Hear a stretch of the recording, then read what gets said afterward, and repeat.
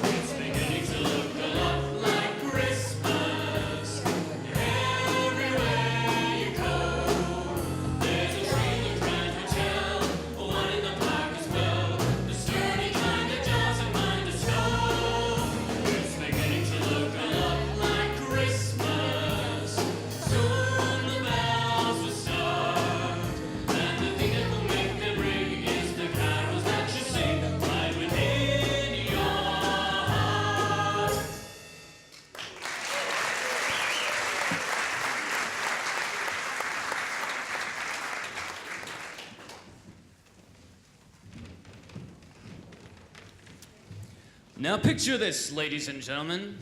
Dean Martin, Frank Sinatra, and Sammy Davis Jr. Give them a hand as they come up, please.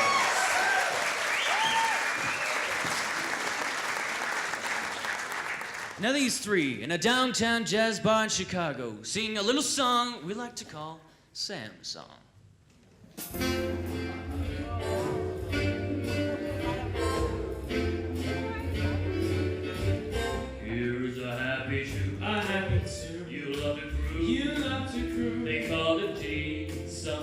You don't understand. Catchy as could be. I must agree. The melody. The melody. They call it G-song. I think I'm gonna have to explain this thing. You don't take this scene. I'm saying Dean. This song is Sam's song. Sam, you're just a hand. But Dean, here's the scam. The song was named after Sam. Sam who? Sam Houston. Who? May I say say with pride, when I reside, they call it Dean's son. It's quite a we got going for you. There's no bigger choir that you could hire for singing Dean's To son. make them all the tabernacle sound like a trio. And it's plain to see that you'll put out with me. Well, I'm just not singing along. Tell you what I'll do. Since I'm with you, we'll call it Clyde's song. Clyde's song. Here's a happy tune. It's a sweet melody, and I'm happy to say it was named after me, but he's calling it Clyde's song.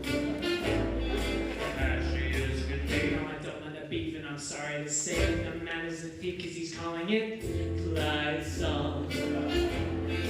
Nothing on your mind. There's a lot on my mind, and I'm standing here saying you're being unkind, cause you're calling it Clyde's song. my Italian friend. We have reached the end. We simply don't seem to blend. Sam, let's I compromise. hear what you say, but by that do you mean that you'll do it your way and keep calling it Sam's song. Did he say Sam song? Let's skip the ending around. Don't nobody tell Clyde That's the name of this song. it's Sam's song. It's not Irving's song. Sam's song. It's not even Mona's song. Sam's song. It's Sam's song. That was the name of this song. It's Sam's song.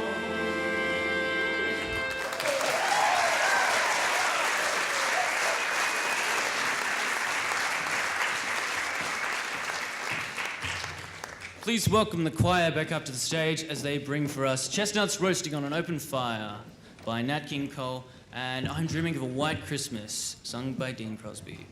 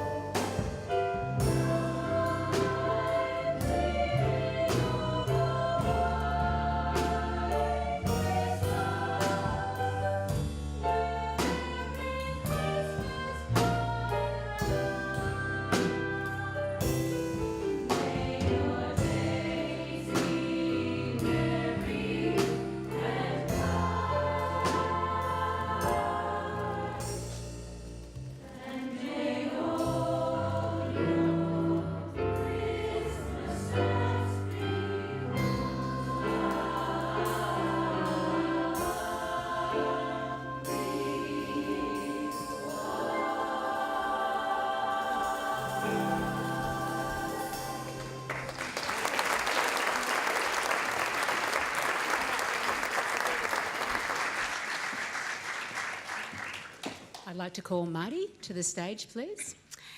And while we're in the 1940s, you know, the 1940s brought us some incredible inventions. There was the microwave oven. There was the Slinky, the Jeep, Velcro, Tupperware and the Frisbee. What happened in the 1940s? Orson Welles gave us Citizen Kane in 1984. Marvel Comics introduced Captain America. Rice Bubbles gave us Snap, Crackle and Pop. Thank you. Sound effects, well done. Jackie Robinson became the first African American to break the colour barrier. Winston Churchill became the leader of Great Britain. The atomic bomb was first tested. Boom. World War ended when Germany and Japan surrendered.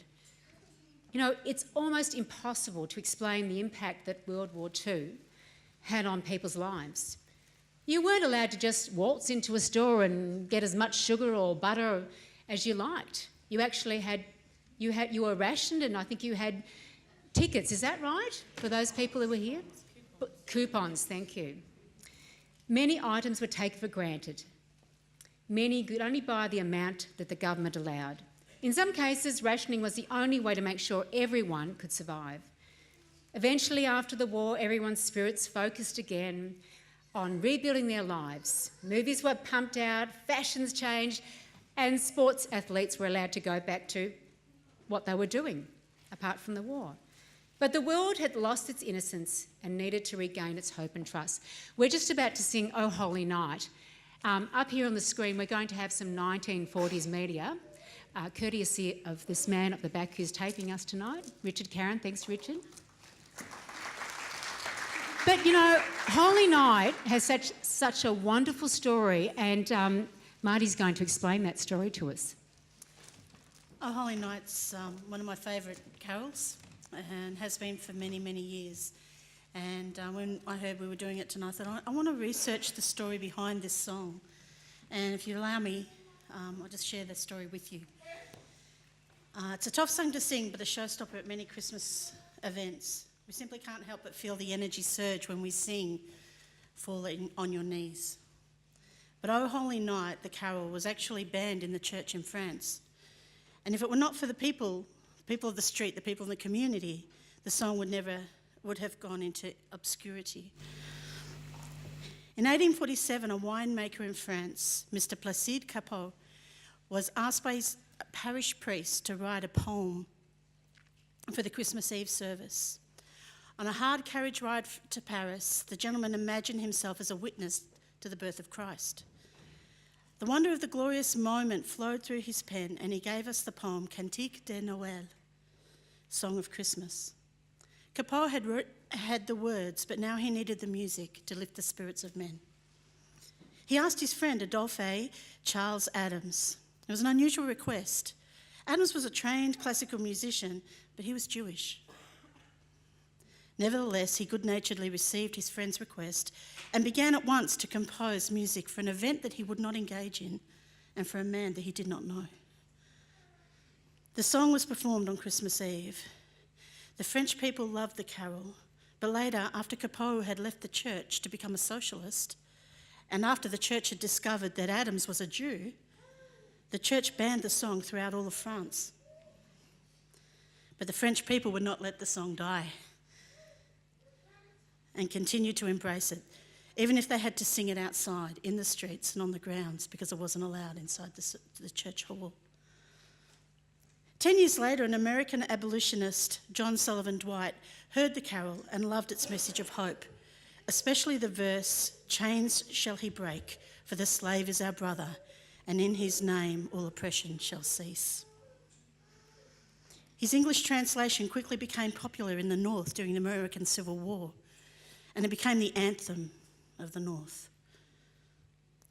Legend has it that the French Catholic Church finally received the song back into its worship services after an encounter between the French and German troops in the trenches during the Franco-Prussian War. During a lull in fighting, a French soldier began singing Cantique de Noël. The Germans were so moved that they responded by singing one of Luther's hymns. The Songfest, as it became known, encouraged the soldiers to honour a truce for 24 hours on Christmas Eve. The end of the story involves the beginning of modern technology, the invention of the radio. On Christmas Eve 1906, Reginald Fessenden, a colleague of Thomas Edison, was experimenting with a microphone and a telegraph. Fessenden began reading the story of the birth of Jesus from Luke chapter 2. Around the world, wireless operators on ships and in newspaper desks began to hear a man's voice come out of their machines. It was the first radio broadcast of a man's voice, and it was the gospel of Christ. It doesn't end there. Fessenden then picked up a violin and began to play a tune, and you guessed it, O Holy Night. A song written by a wine merchant, set to music by a Jewish composer, banned by the church, kept alive by the people, adopted by abolitionists, sung by troops in the trenches, and at last broadcast to the whole world through invisible radio waves. The first song ever played on the radio, O Holy Night. Fall on your knees, O hear the angels' voices, O night divine, the night that he was born.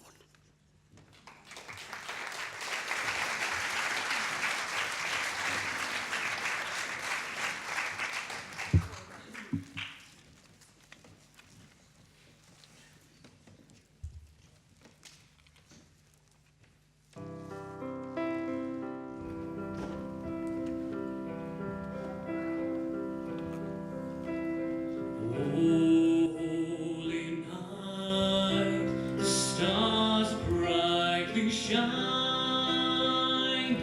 It is the night of our dear Saviour's birth. Long lay the world in sin's error pining, till He appeared, and the soul felt its worth.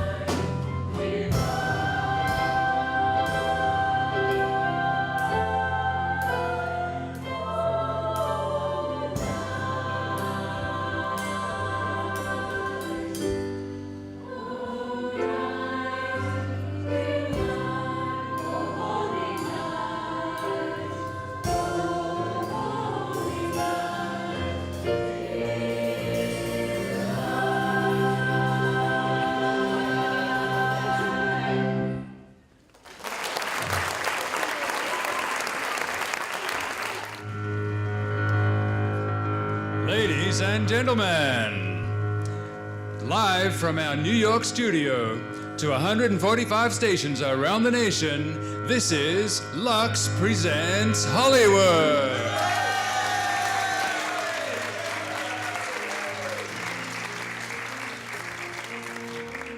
Tonight we perform a real feel-good heart-warmer, perfect for this Christmas season, from the movie nominated for several awards in 1946.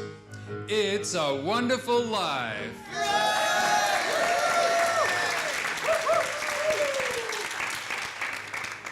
We begin our story in the little town of Bedford Falls, New York, where a number of people in the town are praying for their dear friend, George Bailey. Dear God, please look over my husband, George is a good boy. You know that. My son has always gone out of his way to give others a hand. Now it's him who needs the help. Tell my big brother George. He's done so much for us. More than I can remember. Remember all the times he would stay late after work and not ask a cent.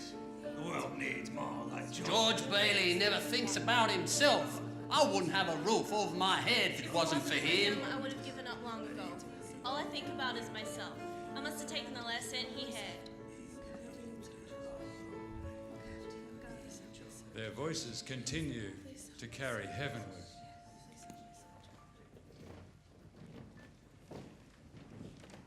Where Josephine, the superintendent of angels, summons Clarence, an apprentice angel.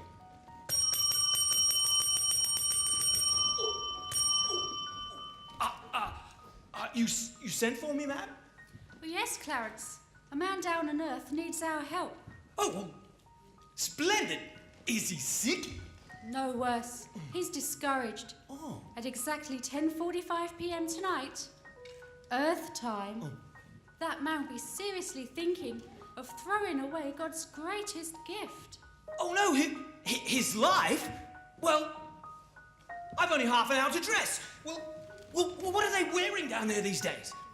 You will spend that half hour getting acquainted with George Bailey.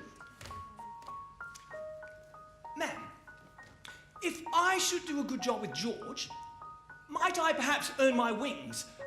It's been over 200 years and people are beginning to talk. You do a good job with George, and we'll see about your wings. Oh, thank you, ma'am. Now, if you're going to help George, you'll need to know a little something about him. Oh, yes. Look, see that town? Well, why, yes. Well, a group of young boys sledding down the snow and onto the ice.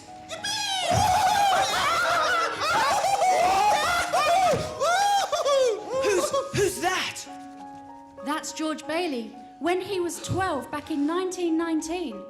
Now, Clarence, something happens here that you'll need to remember later on. Here comes a big scaredy baby, my kid brother, Harry Bailey. I'm not scared. Come on, Harry. Go, Harry.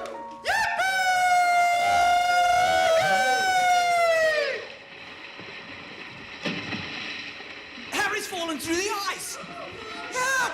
Help! Help! Come on, guys. Let's make a chain. Come on, guys. Let's reach him. Come on. Let's reach out. Reach out. Harry! Harry! Hey, I got him. I got him. We got him. His brother fell through the ice and George saved him. But that icy water gave George a bad ear. It was weeks before he could return to his after-school job at Old Man Gower's drugstore. It's just me, Mr. Gower, George Bailey. You're late. 2 cents worth of shoelaces, Violet? Please, Georgie. I like him. You like every boy. What's wrong with that? There you go, Vi. Thanks, Georgie. See you later, Mary. Made up your mind yet, Mary? I'll take chocolate. With coconuts? I don't like coconuts. Don't like coconuts? Say, Brainless, do you know where coconuts come from? Looky here. Tahiti, Fiji Islands, the Coral Sea. Is that a new magazine? I never saw it before. Well, of course you haven't seen it before. Only us explorers get it. I've been nominated for membership to the National Geographic Society. Here, let me get your ice cream. Is that the E you can't hear on? George Bailey, I love you till the day I die. There you go. I'm gonna go exploring one day. You'll see. George, you're not paid to be a canary. Back to work. Goodbye, George. Goodbye, Mary.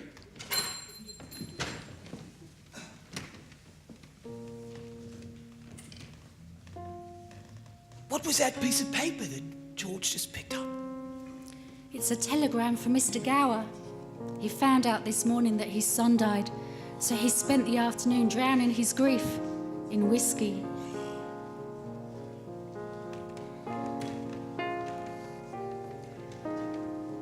You need anything else, Mr. Gower? Oh, No. I'll get them. George, take those capsules over there to, Mrs. Blaine's. They had the diphtheria over there, haven't they? George, get going. Mr. Gower, that bottle you used to just fill out those capsules, you put something wrong in those capsules. Who do you think you're talking to? My sore ear. Did you hear what I said, George? Get going. Go. Mr. Gower, I just wanted to be sure, but I know you got that telegram and that you're upset, but look at the bottle you used, Mr. Gower. It's poison. Poison? Oh, don't hit my sore ear again. It's poison. Oh, George. I just wanted to be sure, Mr. Gower. I won't tell so. Hope to die, I won't tell anyone. George.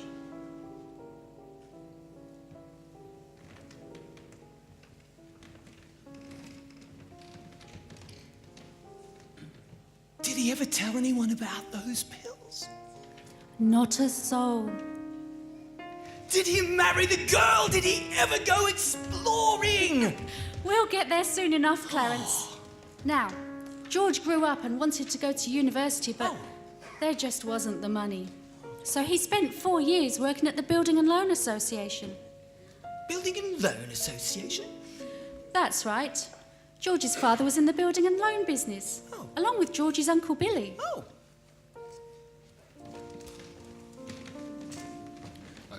George, what's the combination to the safe? We wrote it down so you wouldn't forget it. Ah, that's right. Where? There.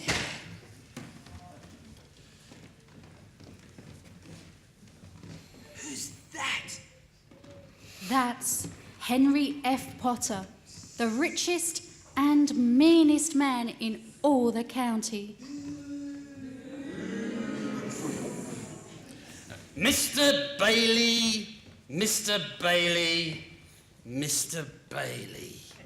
There's nothing quite so loathsome as a family business.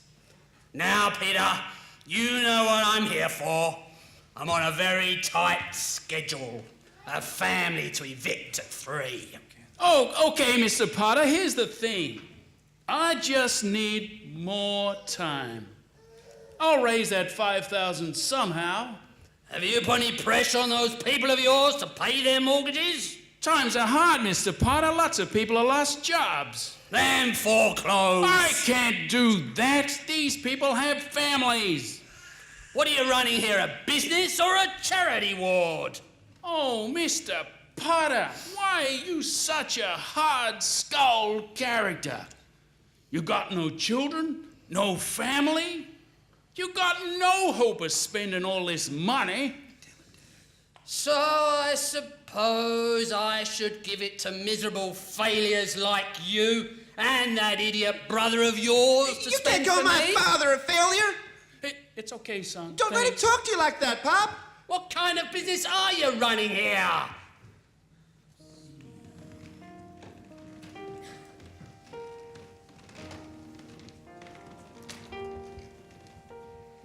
George worked and saved up enough money to see him through university. But first, he was going to Europe. Old Man Gower surprised him with the gift of a great big suitcase. On his way home from the store, he ran into his old pals, Bert and Ernie.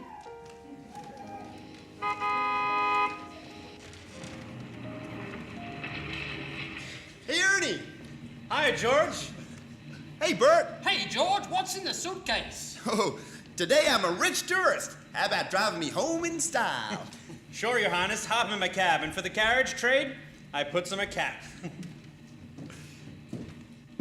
Good afternoon, Mr. Bailey. Well, Looks like you're ready to get out of here. Hello, Vi.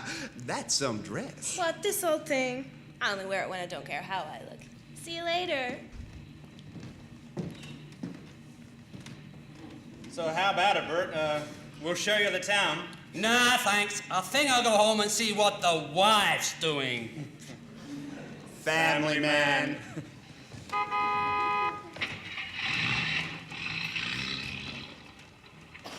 That evening, George had dinner with his father.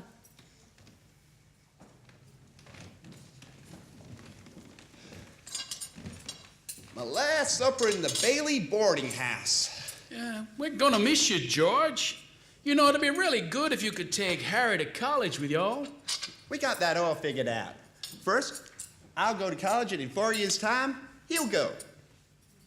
He's a bit young for that. Oh, he'll be able to manage a job back at the building and loan. He's no older than I was when I took that Yes, job. but you were born old, George. I don't suppose you thought about what you're gonna do after you finish college. What I've always said I'm gonna do. Building things. Design new buildings. Plan modern cities. It's just a thought. You wouldn't think about running the building alone, would you? I know it's early to talk about it. I couldn't face being cooped up in that shabby little office. Oh, I'm sorry, Pop. I didn't mean that last remark. It's just the thought of spending all your life trying to figure out how to save 3 cents on a length of pipe. Well, I'd just go crazy. I want to get out there and do something big and important. Yeah, well, you know, George, at the building alone, we are doing something important. Is it too much to ask for a man to have a fireplace and some walls and a roof? And we help him get those things in that shabby little office. I know, Pop. It's just most of my friends have already gone to college. I just feel like if I don't get out now, I'd bust. You're right, son. This town ain't no place for anyone if you're not prepared to crawl up to Potter. Go on, get that education and get out of here. You know what, Pop? Ready for a surprise? I think you're a pretty great guy. Say, maybe I'll go say goodbye to Main Street. One last night on the town and all. You have fun now, son.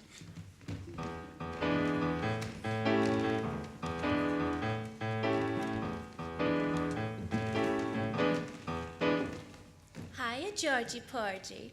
Oh, hello, Vi. Where are you going? I'll probably end up at the library. Don't you ever get tired of just reading about things? Yeah. Say, what you doing tonight? Not a thing, Georgie. Say, Vi, are you game? You want to make a night of it? Oh, I love it, Georgie. What'll we do? Well, we could go out into the fields and take off our shoes and walk in the grass. Huh?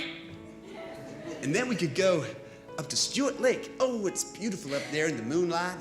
We'd go for a swim and then go climb Mount Bedford and smell the pine needles. We could stay up there all night, watch the sunrise in the morning. And the people down here, they'd all be talking, and there'd be a terrific scandal. George! Have you gone crazy? Walking the grass in my bare feet? Why, it's 10 miles up there to Mount Bedford. You think just because... All right, just forget about the whole thing. Forget about what, George? Oh, nothing, Sam. You remember Mary, don't you? Hi, George. Hello, Mary. You wouldn't mind walking Mary home, would you? Oh, of course not, if that's okay with you, Mary. Fine by me. Great, thanks! Hee-haw!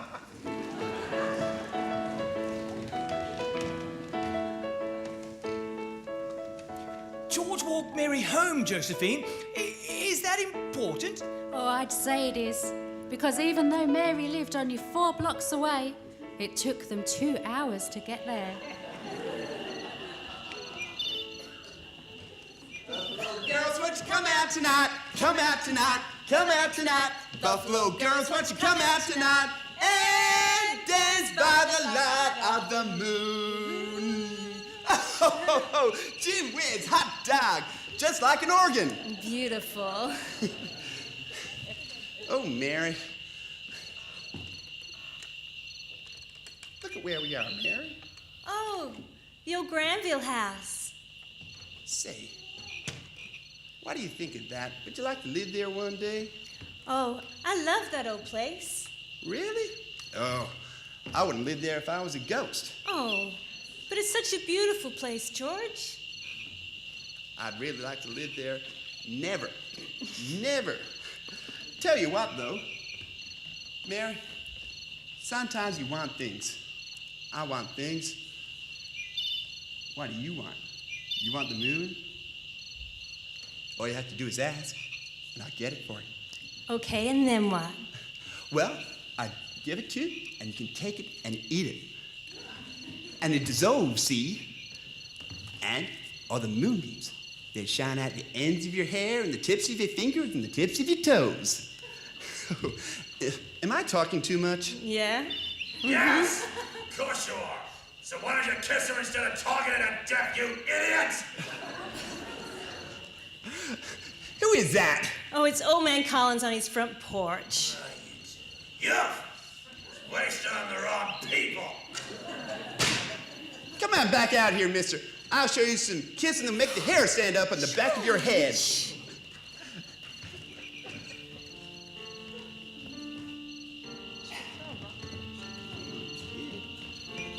George! George! Uncle Billy? Get in the car, quick. Your father's had a stroke. No. I'm sorry, Mary. I've got to go.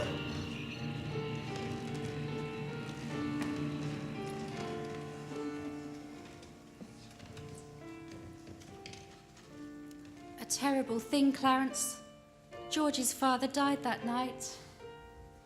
So George couldn't go to Europe.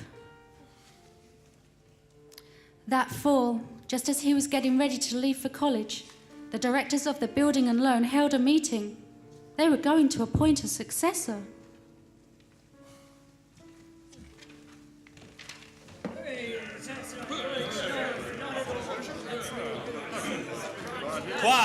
Quiet. I want the board to know that George gave up his trip to Europe to help straighten things out here for the past few months. And it was greatly appreciated. I think that's all we need from you now, George. Good luck at your school. I know you're anxious to make a train. Yes, I have a taxi waiting. Mr. Chairman, I'd like to get to my real purpose. Of course you do.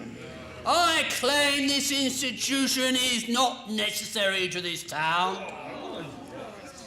Therefore, Mr. Chairman, I make a motion to dissolve the building and loan. Mr. Potter, it is far too soon after Peter Bailey's death to be discussing chloroforming the building and loan. It is his faith and devotion that built this organization. I'll go further than that. I'll say Peter Bailey was the building and loan. Well, that's fine, Potter, coming from you, since you drove him to his grave. Yeah. Peter Bailey was not a businessman. That's what killed him. He was a man of high ideals without common sense. And what does that get us but a discontented, lazy rabble instead of a thrifty working class? All because a few starry-eyed dreamers like Peter Bailey stir them up and fill their heads with a lot of impossible hooey. Now I say, Peter Bailey... Just a minute, Mr. Potter. Now, you might be right when you said my father wasn't a businessman. Why he started this place 25 years ago with Uncle Billy, I'll never know. But in that time, he's never thought of himself once. But he has helped a few people out of your shacks, Mr. Potter. Well, to him, people were human beings. Was it too much to ask for them to live and work and pay and die around here? In a couple of decent rooms and a bath? He didn't think so. But warped, frustrated old man like you, well, they're cattle. Well, my father, in my book, died a much richer man than you'll ever be. I'm not interested in your book. Well, I've said too much already. You're the board. You decide what to do with this measly one-horse operation. But just keep in mind, this town needs its building and loan, even if it's just so they got somewhere to go other than having to crawl to powder. Come on, Uncle Billy. Sentimental hogwash! I want my motion!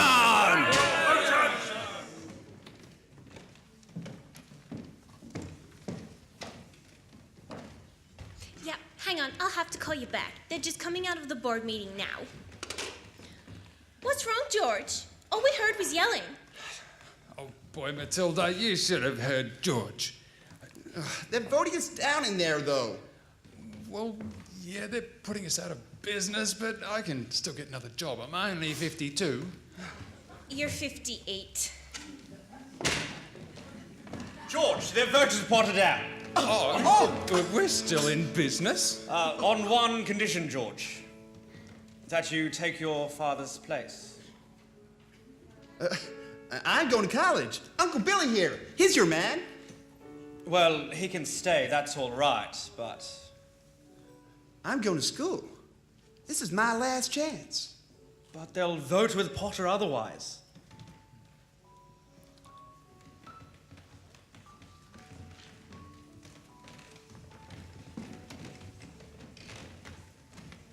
So, George Bailey didn't go to college? That's right, Clarence. George gave his college money to his brother instead and waited 4 years for Harry to come back and take over the building and loan. Then, he could still see the world.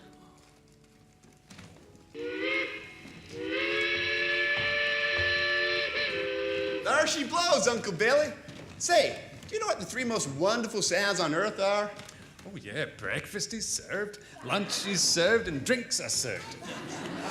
Anchor chains, plane motors, and train whistles. Hey, say, here comes the professor now. Well, if it isn't George Geographic Explorer Bailey! Uncle Billy! You haven't changed a bit! Boy, am I glad to see you.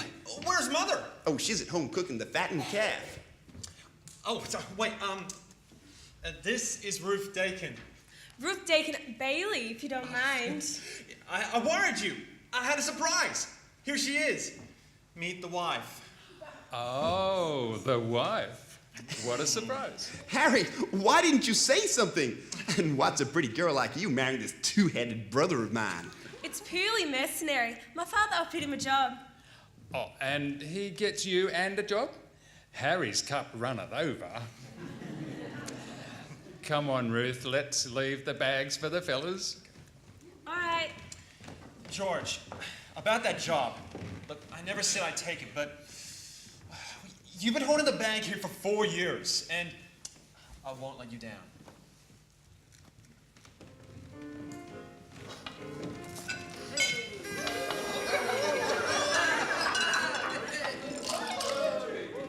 And that night, the homecoming for Harry became his wedding party. Uncle Billy familiarised himself with the spirits.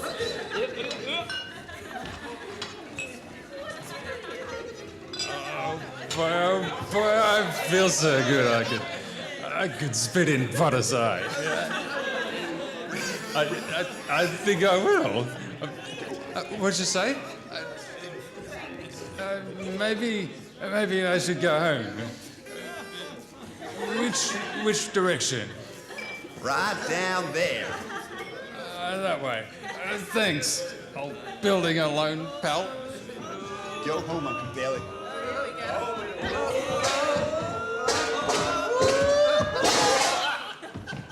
all right. George! Out here on the porch, Mother. Well, how do you like the new sister-in-law?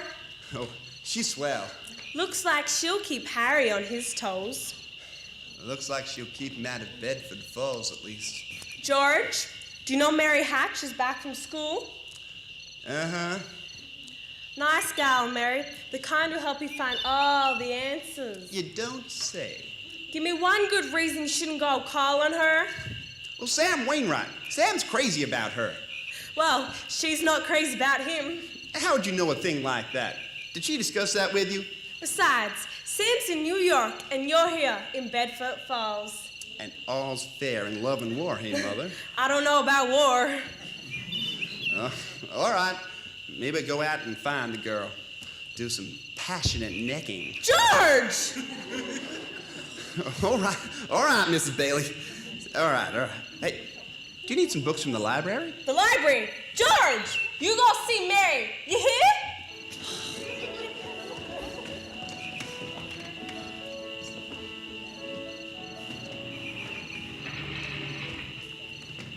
Hiya, George.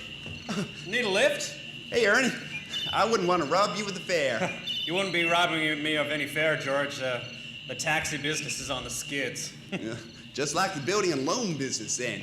Say, you want to swap? Well, actually, George, I needed to talk to you about that.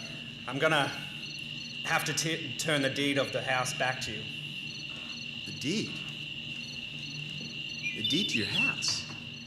But, Ernie, you've only been in there for 2 years. Yeah, I know, but with the taxi business being so bad and all, I can't make the repayments right now. I don't know, I'll just have to... Me and the wife will have to move back in with her folks or something. Oh, no. Oh, Ernie, let me think. Say, Ernie, can you just pay the interest? The interest? Well, sure, but Well, forget about the principal for a while. You're just going through a rough patch. Keep the house. I don't know, George. Thank you. Of course, thank you so much. Hear that, Ernie? You're in the taxi business again. I am. Oh, coming right up, sir. Attaboy, Ernie!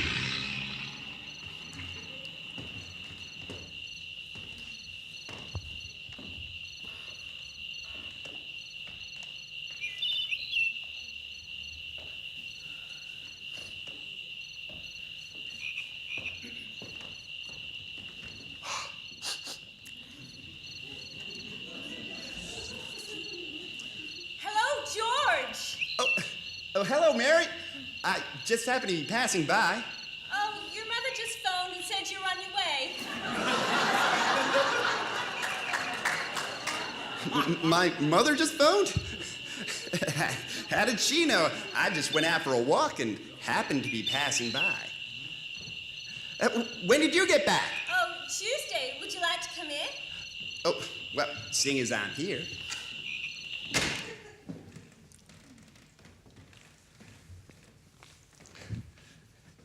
Say, is that a new dress? Oh, do you like it? Oh, it's all right. Say, I thought you were going to stay in New York with Sam and the others. Oh, well, I worked there a couple of vacations, but I guess I got homesick. Homesick?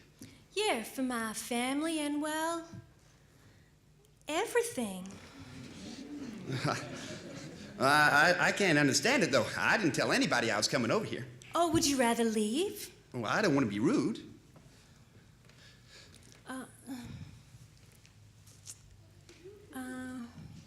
Oh, it was nice about Harry and Ruth, wasn't it? Oh, yeah, that's all right. Don't you like her? Oh, yeah, she's a peach.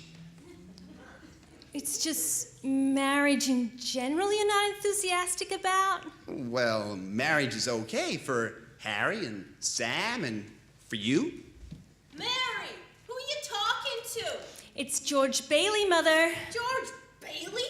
What does he want? I don't know.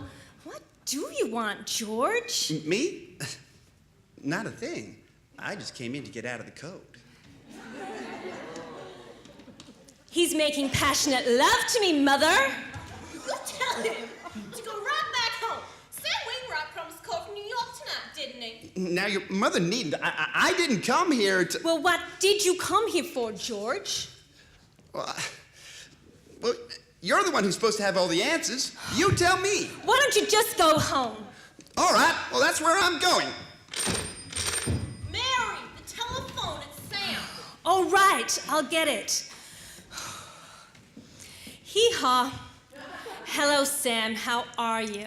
Ah, great. Gee, it's good to hear your voice again. Oh, well, that's awfully sweet of you, Sam. I forgot my hat. But there's an old friend of yours here, George Bailey. You mean old Mossback George? Hee-haw! Put him on! Wait a minute, I'll call him. George? He doesn't want to speak to George. He asked for him. George, Sam wants to speak to you.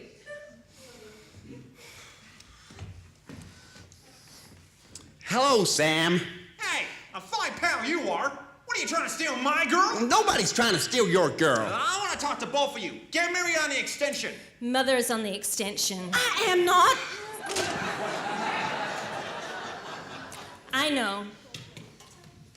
Move your head a little closer, George. Closer. Closer. There. That's better. We're listening, Sam. I have a big deal coming up that's going to make us all rich.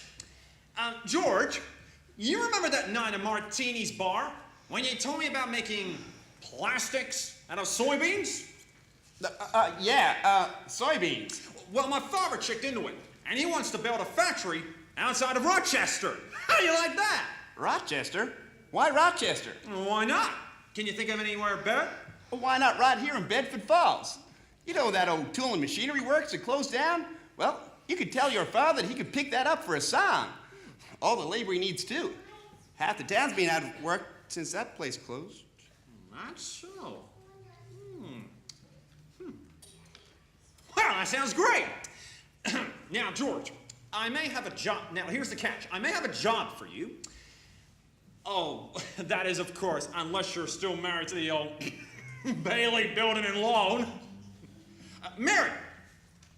Oh, I'm here. You tell that guy I am giving him the chance of a lifetime. He says he's giving you the chance of a lifetime. Give me that phone. You listen to me, Mary. I don't want any plastics. I don't want any job. And I don't get married, ever, to anyone. Do you hear me? I want to do what I want to do. And you're not gonna... Oh, Mary. George? I love you. George? I love you too.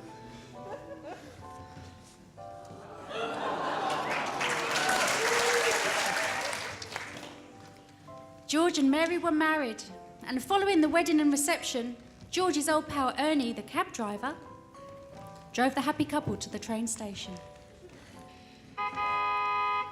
Sure, so where are you two off to on this here now honeymoon? We're gonna shoot the works. First a week in New York, then to Bermuda.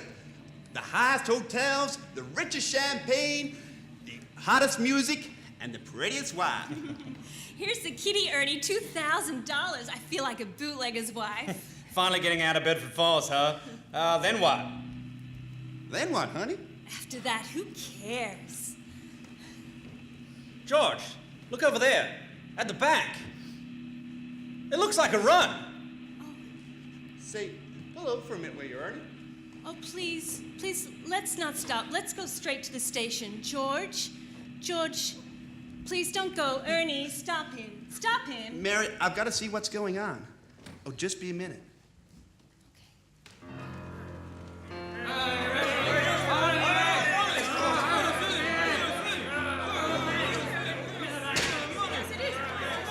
Uncle Billy, what's going on? Oh, there's a crowd outside and the doors are locked. Is it the holiday? This is a pickle, George. What happened? Well, the bank called our loan and I had to hand out all our cash. All of it? Every last cent, George. Holy mackerel. And then I got scared. Uncle Billy, open the doors. Let them in.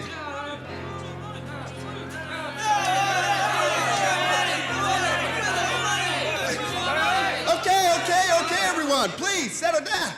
You got to keep in mind, this situation is not as black as what it appears. Where's our money? You're thinking about this place all wrong. Your money's not here. It's in people's houses. It's in the McKennedy house, the McLaren house, and 100 other houses. Now what are you gonna do? Foreclose on them? Kick them out of their homes? I don't care. I've got $242 in here, and $242 isn't gonna break anybody. All right, Charlie, you'll get your $242 in 60 days. 60 days! That's what you agreed to when you bought your shares. I got my money. Old man Potter's taking over the bank, and he'll pay you 50 cents on every dollar. If Mr. Potter gets a hold of your shares, he'll own this building and loan. He already owns a bank, the department store, and the bus line. And now he's after us. Because he wants you living in his shacks and charging the sort of rent that he decides to charge. Now, we can get through this all right, but we've got to have faith in one another. My husband's out of work. We need money. I got doctor bills to pay. How much do you need? We've got $2,000 from the wedding. Oh, Mary.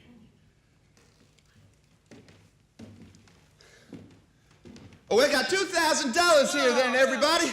Okay, Charlie, how much do you need? I'm $242. Oh, Charlie, just enough to get by, huh? I will take $242.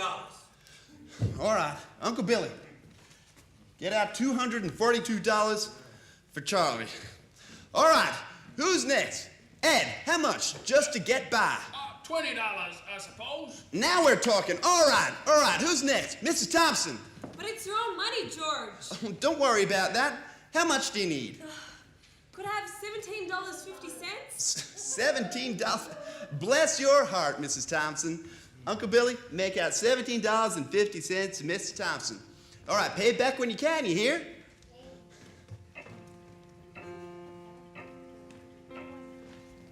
Look at the clock, George. 5, 4, 3, 2, 1. 6 o'clock. We made it, Uncle Billy. Lock the doors. We're still in business. Woo! Yeah. Woo. Bailey Brothers building.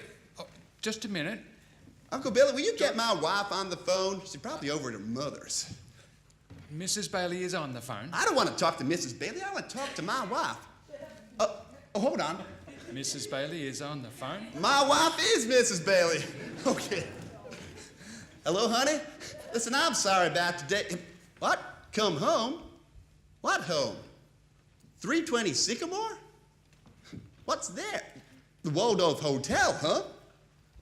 All right.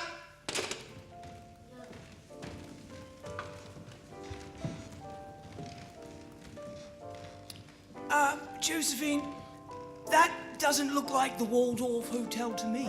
Oh no, 320 Sycamore is the old Granville house. The one that George and Mary threw rocks at and made wishes. Mary had prepared the house, including a turkey dinner, romantic decorations, and even a marriage bed.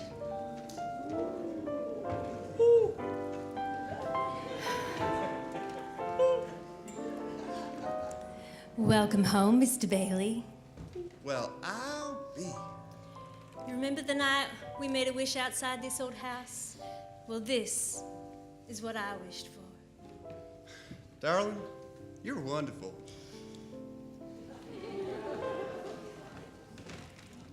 Yes, sir. That's where they had their honeymoon. That's where they started their lives together. Mary made the leaky old house a home, while George toiled away at the building and loan office. Oh, Mary, why would you want to marry a guy like me anyway? Oh, to keep from being an old maid? I was going to give you the moon, but what have I given you? Not even a new dress. Not for months. You could have had Sam Wainwright or anybody else in town as your husband. I didn't want to marry anybody else in town. I want my baby to look just like you. You know, you didn't even have your honeymoon. Your what? My baby. You mean Mary? You're on the nest? Uh-huh. George Bailey lassos the stork.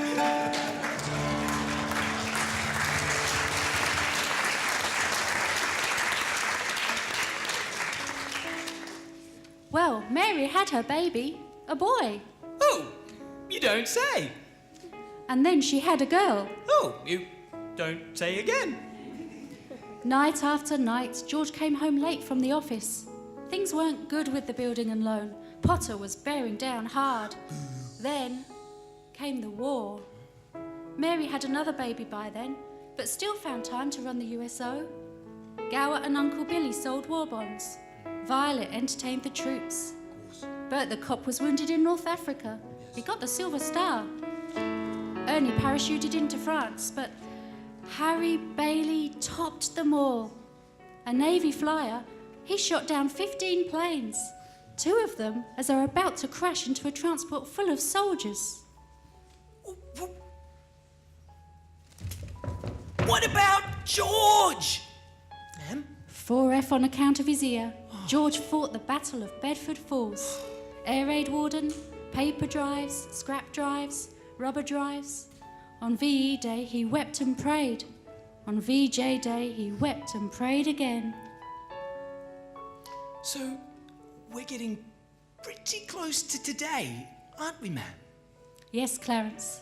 You know now almost everything you need to know about George Bailey, except what happened that finds him down there at this very moment wanting to die.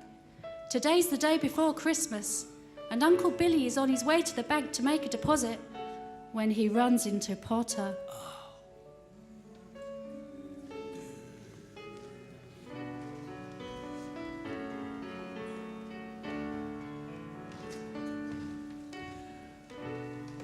Ladies and gentlemen, this is the end of Act 1 of It's a Wonderful Life. What happens in George Bailey's life to bring him to the edge of despair? All will be revealed in Act 2. We'll return in 20 minutes, so stay tuned while you enjoy refreshments in the foyer.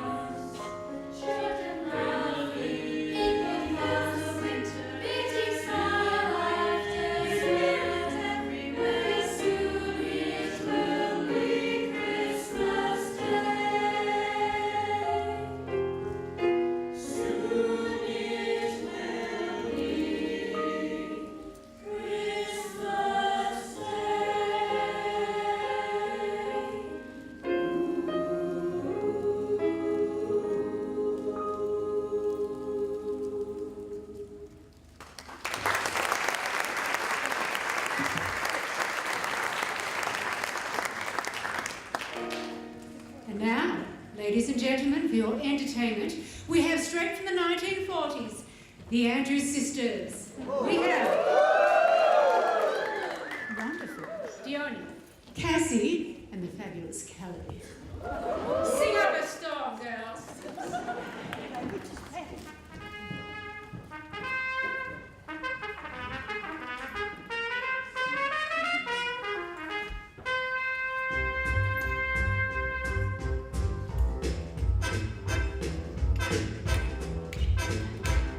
He was a famous trumpet man of Chicago way. He had a booty style that no one else could play. He was the top man of his craft. But then his number came up and he was gone with the draft. He's in the army now, a blowing reveille. He's the boogie woogie bugle boy of Company B. They made him go a bugle for his Uncle Sam. It really brought him down because he could not jam. The captain seemed to understand, because the next day the cap went out and drafted a band. And now the company jumps when he plays reveille. He's the boogie woogie bugle boy of Company B. A toodly-eyed, a tooty blows eight to the bar. In boogie rhythm, he can't blow a note unless the bass and guitar is playing with him. And the company jumps when he plays reveille. He's the boogie woogie bugle boy of Company B. He was some boogie woogie bugle boy of Company B. When he played boogie woogie bugle, he was busy as a busy bee. And when he played, he made the company jump eight to the bar. He's the boogie woogie bugle boy of Company B. Toot toot, he goes eight to the bar. He can't blow a note if the bass and guitar isn't with him. And the company jumps when he plays reveille. He's the boogie woogie bugle boy of Company B.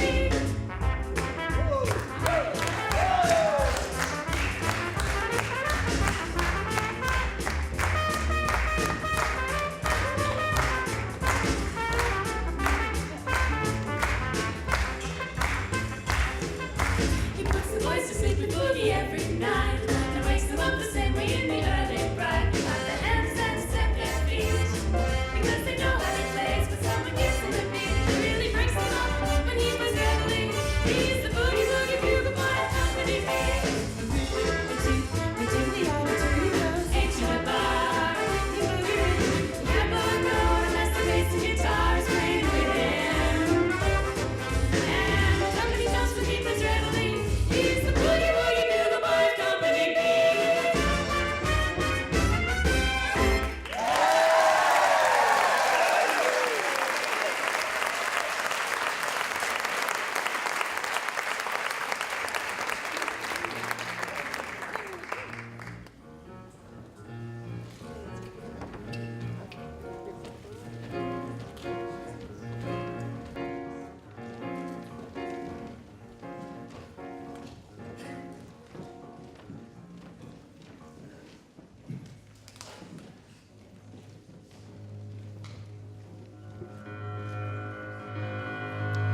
Ladies and gentlemen, welcome back to Act 2 of It's a Wonderful Life.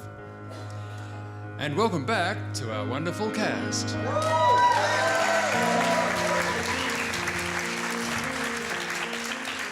In Act 1, we were introduced to the story of George Bailey. Stay tuned as this intriguing story takes a dark twist.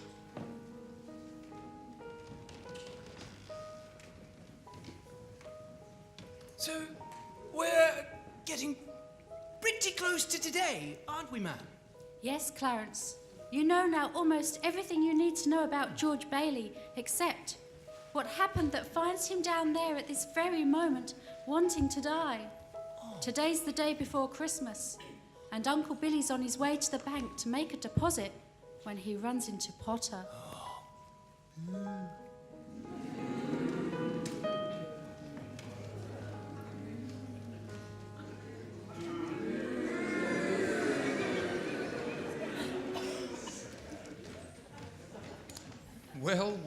Well, Mr. Henry F. Potter, come to the bank to deposit some more loot. How'd you like the news? Harry Bailey wins Congressional Medal of Honor. Let me see that newspaper. Here, take it. I'm off to make my deposit.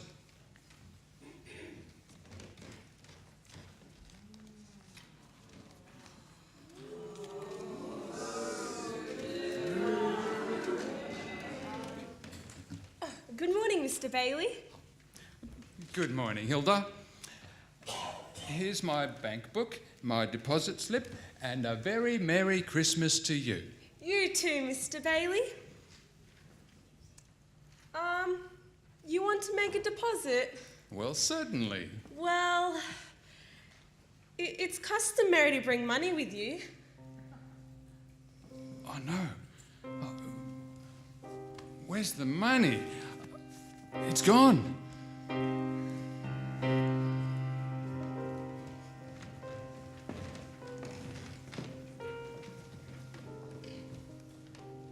A terrible thing, Clarence. Uncle Billy couldn't find the envelope with the $8,000 because it was folded up in that newspaper that he gave to Old Man Potter. At the same time as Billy was looking for the deposit, Violet went to visit George at the building and loan.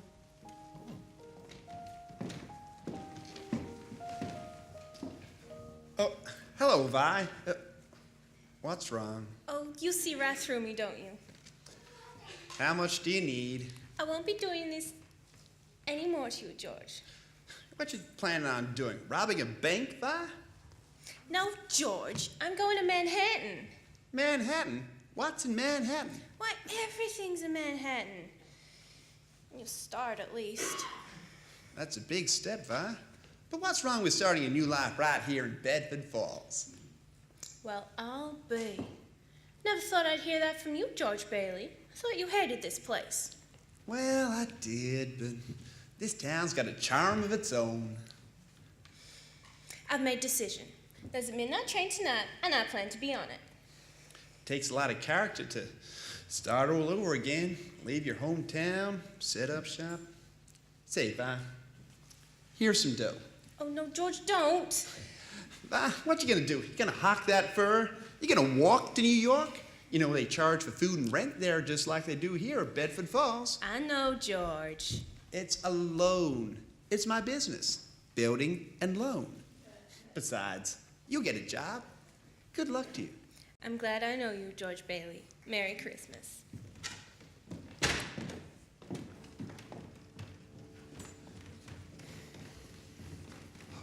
George. Uncle Billy? George, the money, the 8,000. What happened to it? I thought I had it.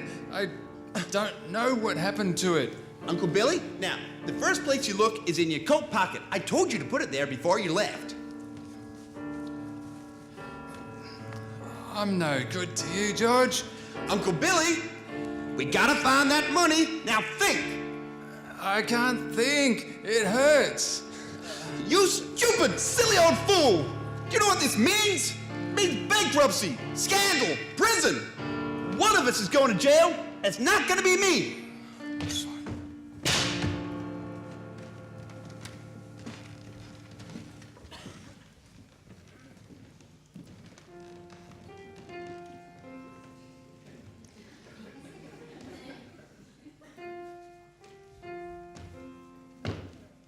Hello, Daddy. Hello, Daddy. Oh, hello, darling. Oh, where's your coat and hat? I left them at the office. Isn't it wonderful about Harry? We're famous, George. I bet I had 50 calls today about the parade and the banquet. Does she have to keep playing that? I have to practice for the party tonight, Daddy. Mummy says we can sing Christmas carols till midnight. You better hurry and shave. The families will be here soon. The families? I don't want the families over here. Excuse me. You had a hectic day. Yeah, another red letter day for the Baileys. Hey, Daddy, the Browns next door have got a new car. Well, Wanna see it? what's wrong with our car? Our car not good enough for you? That car's fine, Daddy. Excuse me. Excuse me. Excuse you for what? I burped. All right, darling, you're excused. Now run upstairs and see what little Zuzu wants. Something's the matter with Zuzu? Oh, she caught a cold coming home from school today. They gave her a flower and she didn't want to crush it, so she didn't button up her coat. The doctor says it's nothing serious. The doctor was here? Yes, I called him right away. Oh, is she running a temperature? Oh, just a tinsy one. Oh, it's this old house. I don't know why we don't all have pneumonia. This drafty old barn. It's like living in a refrigerator. Why did we stick around in this crummy old town anyway? George, what's wrong? Oh, everything's wrong. You call this a happy family? Why do we have to have so many kids? Hey, Daddy, how do you spell frankincense? What do you think I am, a dictionary? Ask your mother. Where are you going? Up to see Susan.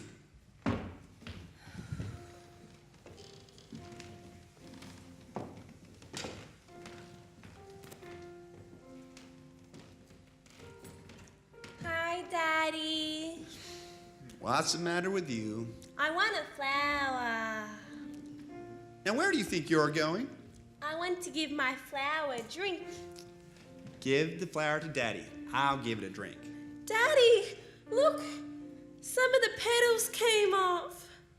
Paste it. All right. Give the flower a drink. Yeah, good as new. Now, will you try and get some sleep? I'm not sleepy. I want to look at my flower. Well, if you get some sleep, you can dream about it, and it can be a whole garden. It will? Uh-huh. Telephone. All right, I'll get it. Hello? Yes, this is Mrs. Bailey. Oh, hello, Mrs. Welsh. Yes, the doctor says she'll be out of bed in time for her Christmas dinner. Is that Zuzu's teacher? Yes. Here, let me speak to her. Hello, Mrs. Welch. This is George Bailey. Say, what kind of teacher do you think you are anyway? Sending my daughter home like that, half naked. George! Is this what we pay taxes for? To have stupid, silly teachers like you send their kids home without any clothes on? George! Hello? Hello, Mrs. Welch? I just want to apologize for... Hello? She hung up. I'll hang her up. Hello? Mr. Welch. Oh, that gives me an opportunity to tell you what I really think of your wife. George. Oh, you will you, Mr. Welsh? Well, anytime you think you're man enough. Hello? Hey, Daddy, how do you spell hallelujah? I'm not a dictionary! Jenny, haven't you learned that tune yet? You've been playing it over and over and over. Now stop it! Stop it! George! What are you doing?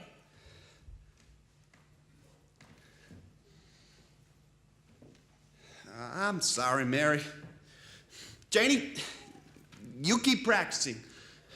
And, Petey, I owe an apology too. What you want to know? Nothing, Daddy.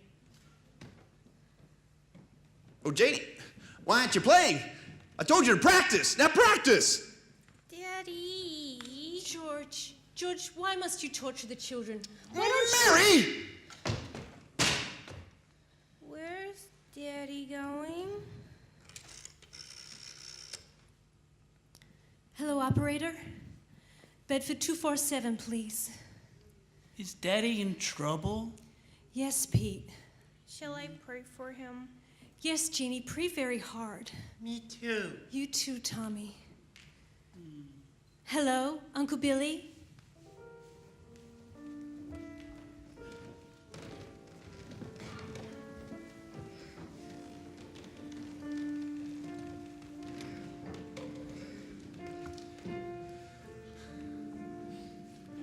So that's it, George. You're short $8,000. Mr. Potter, I'll pay any interest. If you still want the building and loan. You say it was lost. Did you notify the police? No, I haven't. With Harry's homecoming tomorrow and everything going on, I just couldn't. So why come to me? Why not go to Sam Wainwright? Well, I couldn't get a hold of Sam. He's in Europe. How much security would I have, George? I have a life insurance policy worth $15,000. And how much is your equity in it? $500. And you want $8,000. You used to be so cocky, you were going to go out and conquer the world. You once called me a warped, frustrated old man. But what are you but a warped, frustrated young man? Crawling in here on your hands and knees for help? You're worth more dead than alive. Please, Mr. Potter, please help me. You know what I'm gonna do for you? As the stockholder of the building and loan, I'm calling the state examiner to issue a warrant for your arrest. Misappropriation of funds, manipulation, malfeasance. Go on and run. You can't hide in a town like this.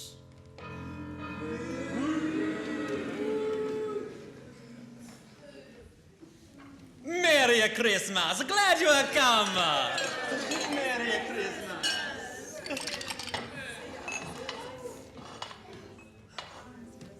Where's George, ma'am? After running out of Potter's office, George ended up at Martini's bar. He's had a couple of drinks and he's just sitting there. Well, what's he saying?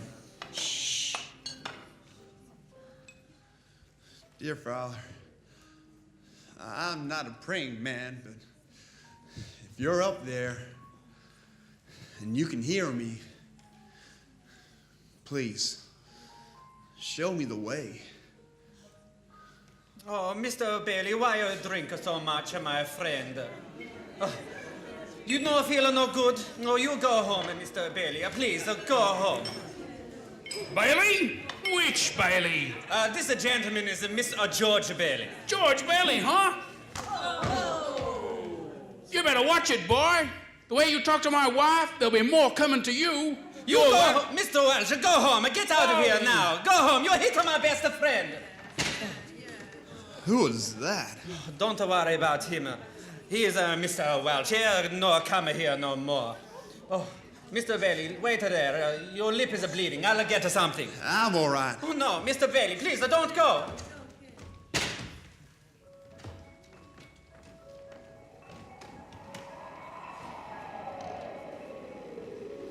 George is headed to the bridge now, Clarence. Can you see him? Oh, yes, he looks like he's going to jump. Clarence, it's time.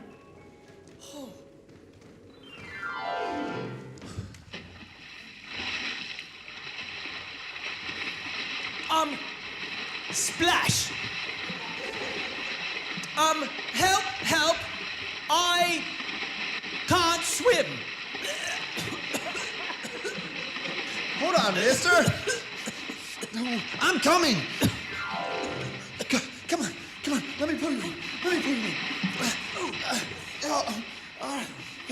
What in heaven's name are you two doing in the water? Get out of the water.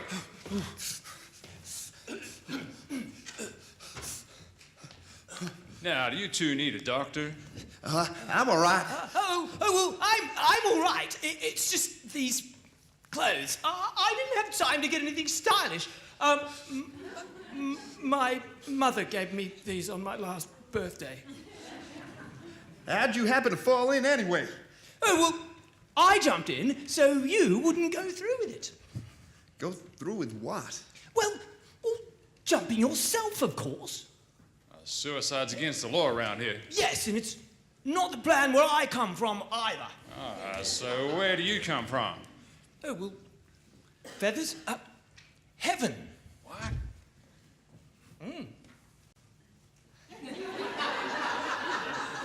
Well, I had to act quickly.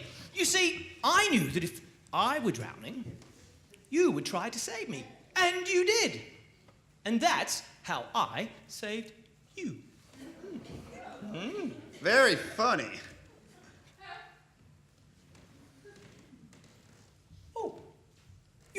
bleeding, George? Yeah, I got a bust in the jaw and an answer to prayer. Who? Oh, no, George. I'm the answer to your prayer.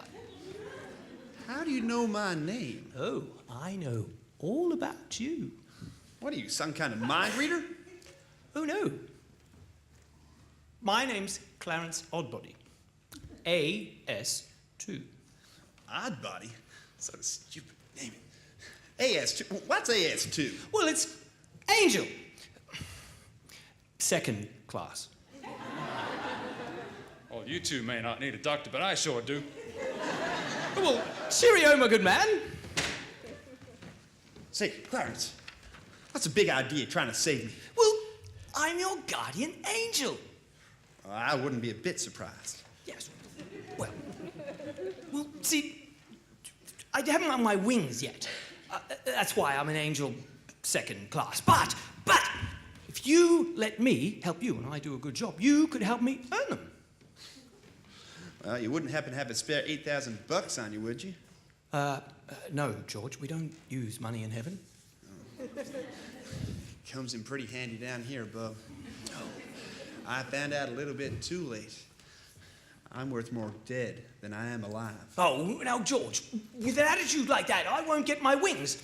You don't know the impact you've had. If it wasn't for you... If it hadn't been for me, everybody'd be a whole lot better off. Oh. My wife, my kids, my friends.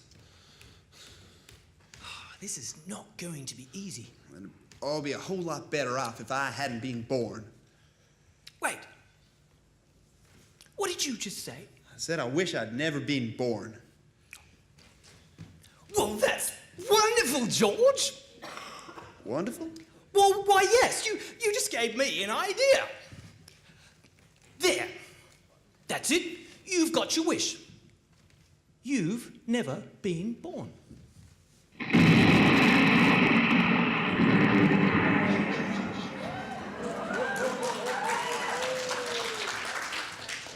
Never been born?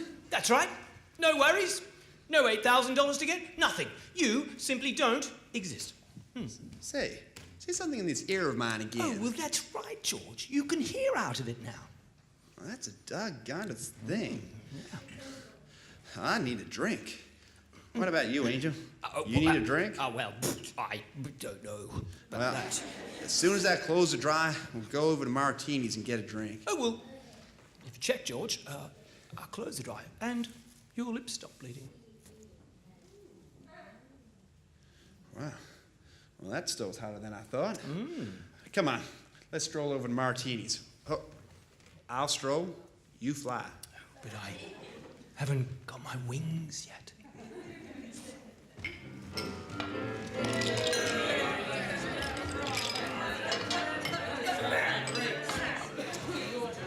There's a place down there to sit.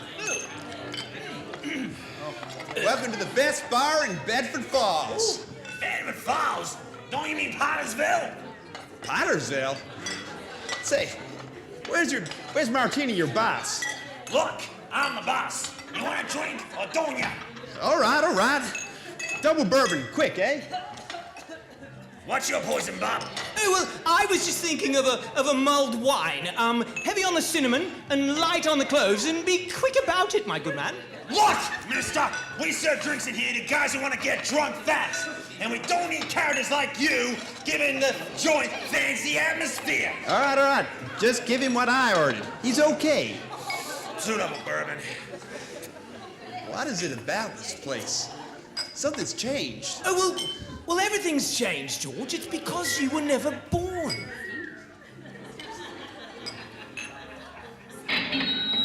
Oh, did you hear that? Every time you hear a bell ring, it means another angel's just won their wings. Hey. What'd you say? Don't talk like angels like that in here. Well, why? Don't they believe in angels? Well, maybe, but... Well, you know. Why would they be surprised to see one?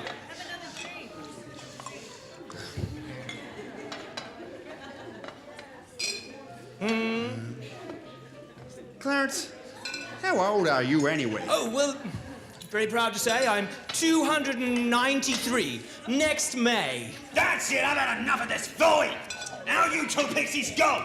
Through that door or out the window. Your choice!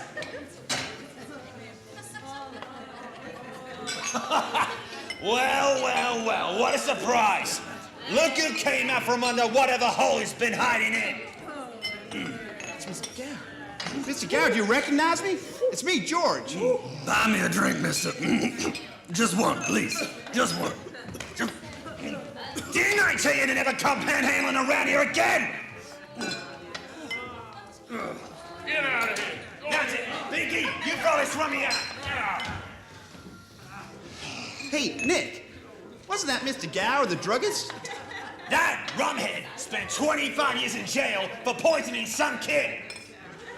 Well, then if you know him, then that must make you a criminal. And you! Pinky, here's 2 more. Throw them out! Right, boss. Okay, that you go.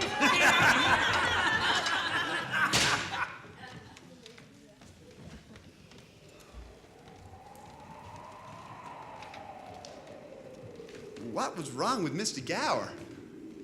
Well, he doesn't know you, George. And you weren't there to stop him putting the poison in that prescription. What do you mean? What are you, some kind of hypnotist? Why am I seeing all these strange things? Well, it's because you were never born. Well, if I was never born, then who am I? Well, you're nobody. You have no identity. What do you mean? I'm George Bailey. Oh, there is no George Bailey. Check. You have no driver's license. You have no medical card. You have nothing. You have no insurance policy. Zuzu's petals. Oh, my little girl. And they're gone. She gave me her flower. She wanted me to fix it. I stuck it in my pocket. But now it's gone. Everything's gone. You know, you've been given a great gift, George. A chance to see what the world would be like without you. You're as crazy as a bedbug. You're making me crazy, too. I'm going home to see my wife and kids.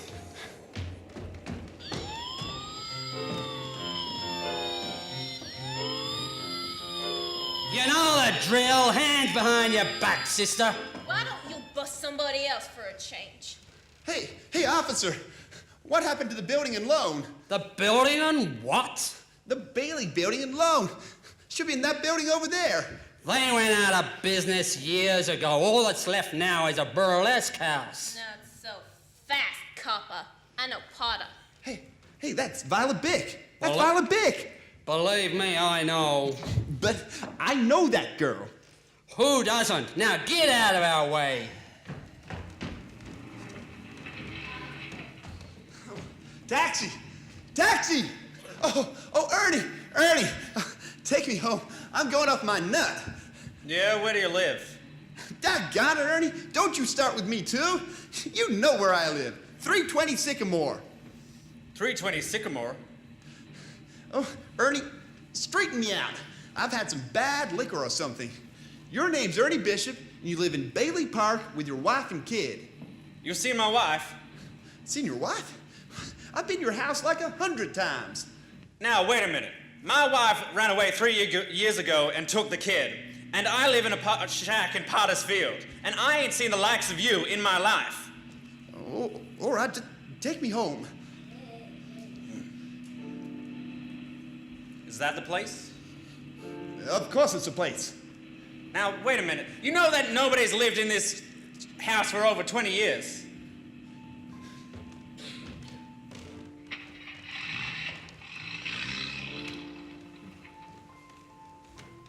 Mary! Petey, Tommy! Janie! Zuzu! I'm home. They're not here, George. You have no children. What have you done with them, Clarence?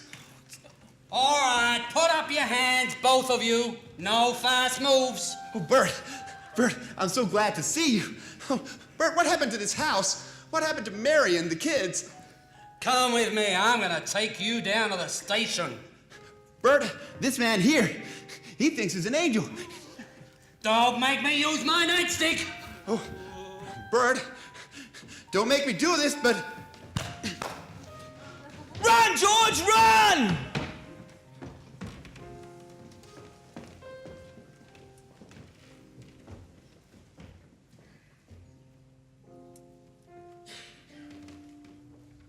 Mara Bailey's boarding house?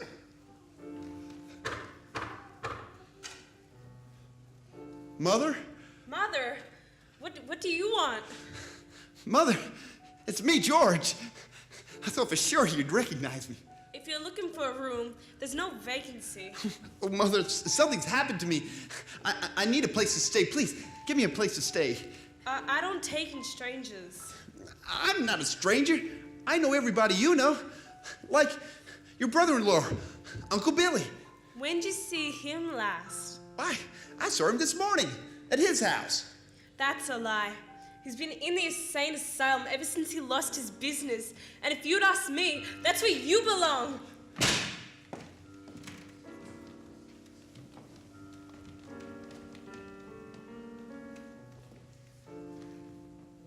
My own mother didn't recognize me. I'm here again, George.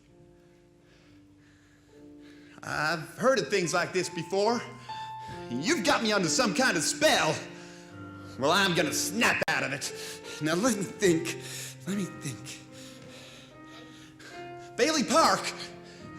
There is no Bailey Park, George, because you weren't here to build it. Well, we'll see about that.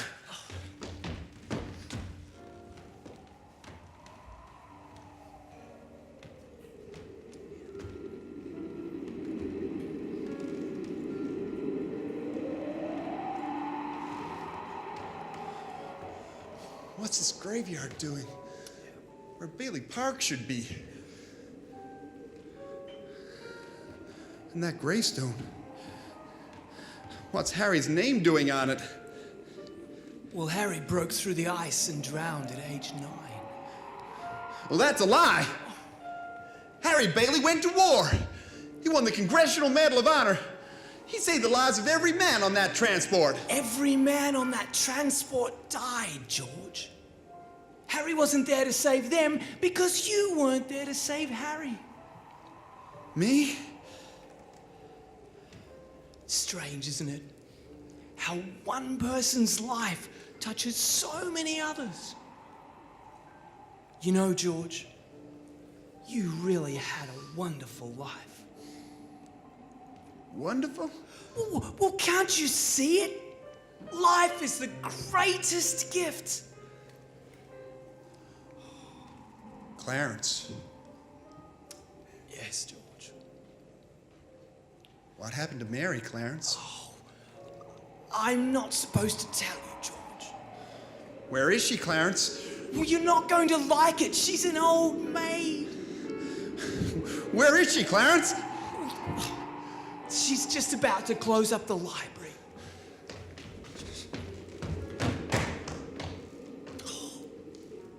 There must be some easier way to earn my wings.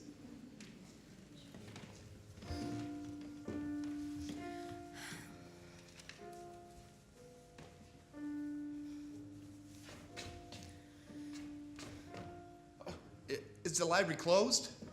Oh, well, it's Christmas Eve. We can't stay open all night. Mary, I'm sorry. How do you know my name? Please, just 2 minutes of your time. That's all I need. Well, you sound desperate. I'll help if I can. What is it? Isn't this town Bedford Falls? Well, it used to be, but then Potter was elected and he renamed it Pottersville.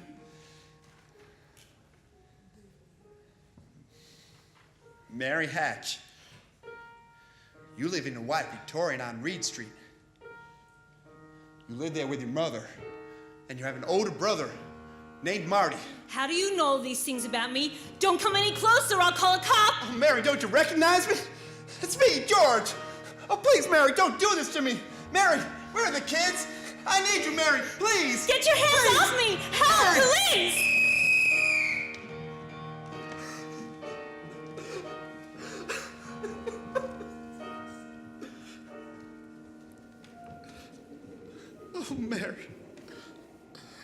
You're my wife.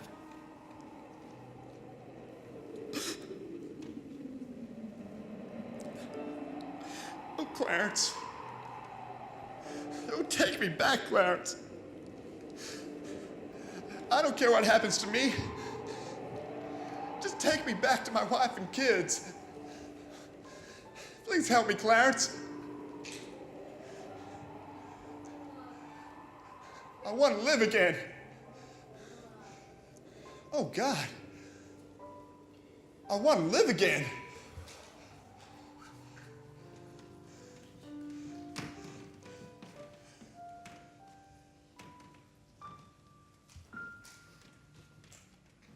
George?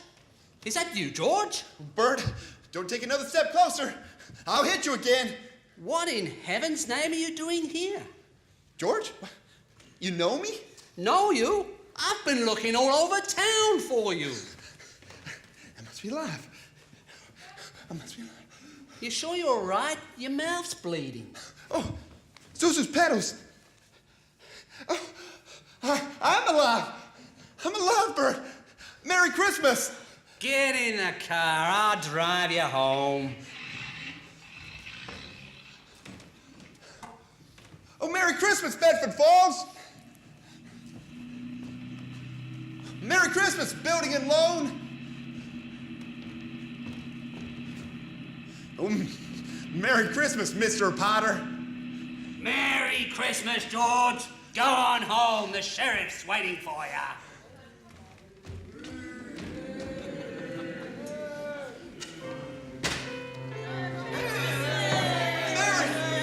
Mary, I'm home.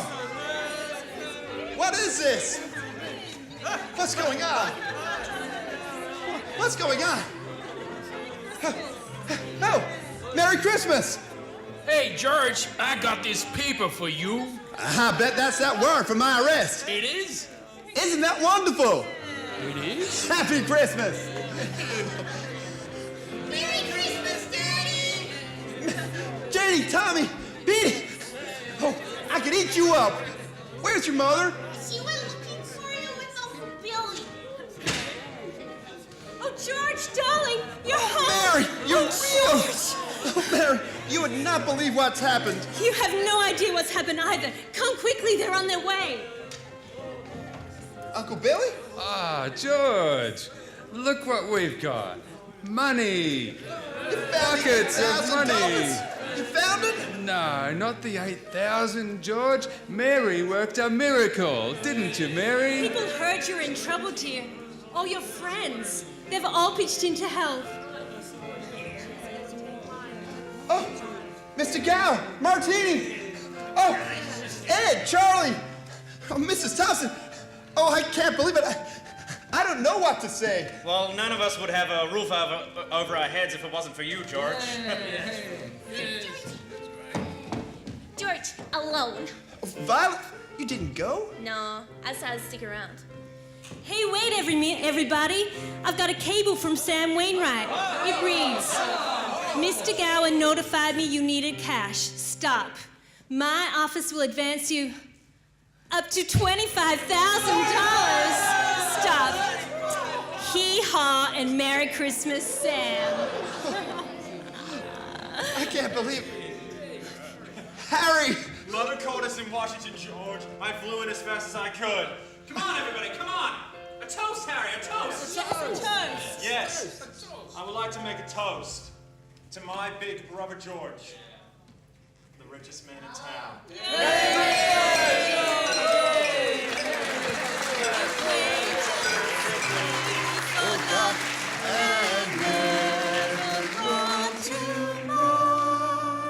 Daddy, see my little bell hanging on the Christmas tree?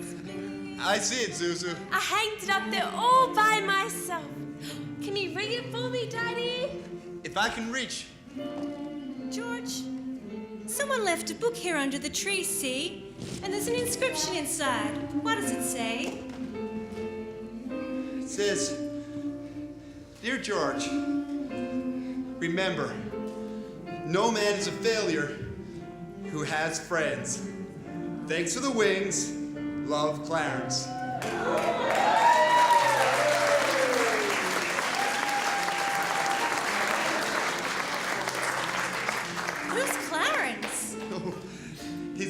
dear friend of mine. Daddy, teacher says every time a bell rings, some angel gets their wings. That's right, Zuzu. That's right. That's right. Thank you, Clarence. I really see it now. It truly is a wonderful life.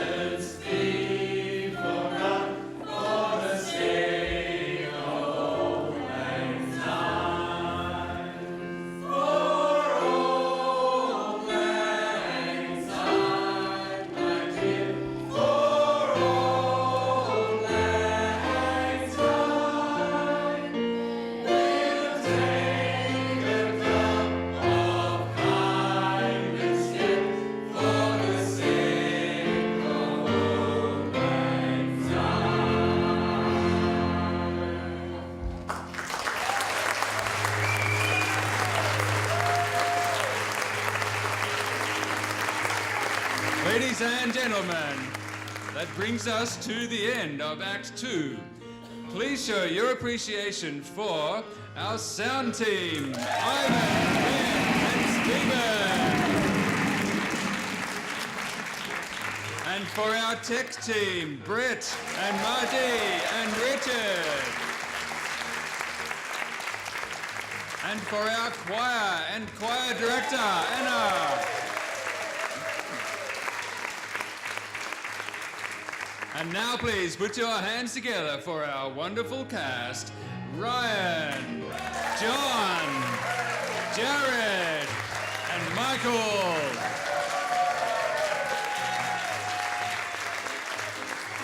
And our lovely ladies, Brooke and Esther and Vicky.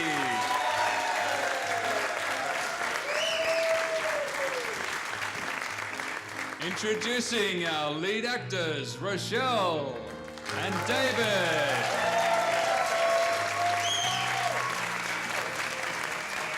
And of course, our leading men, Terry Hayes.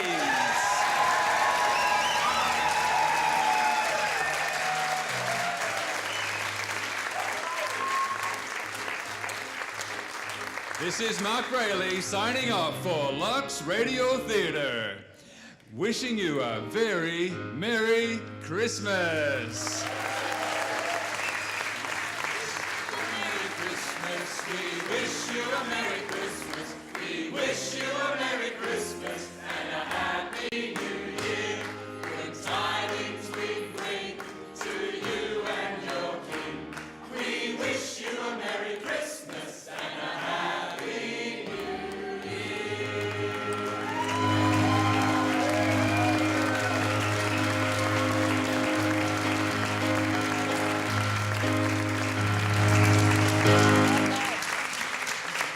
Thank you so much for coming. So appreciate you supporting this play.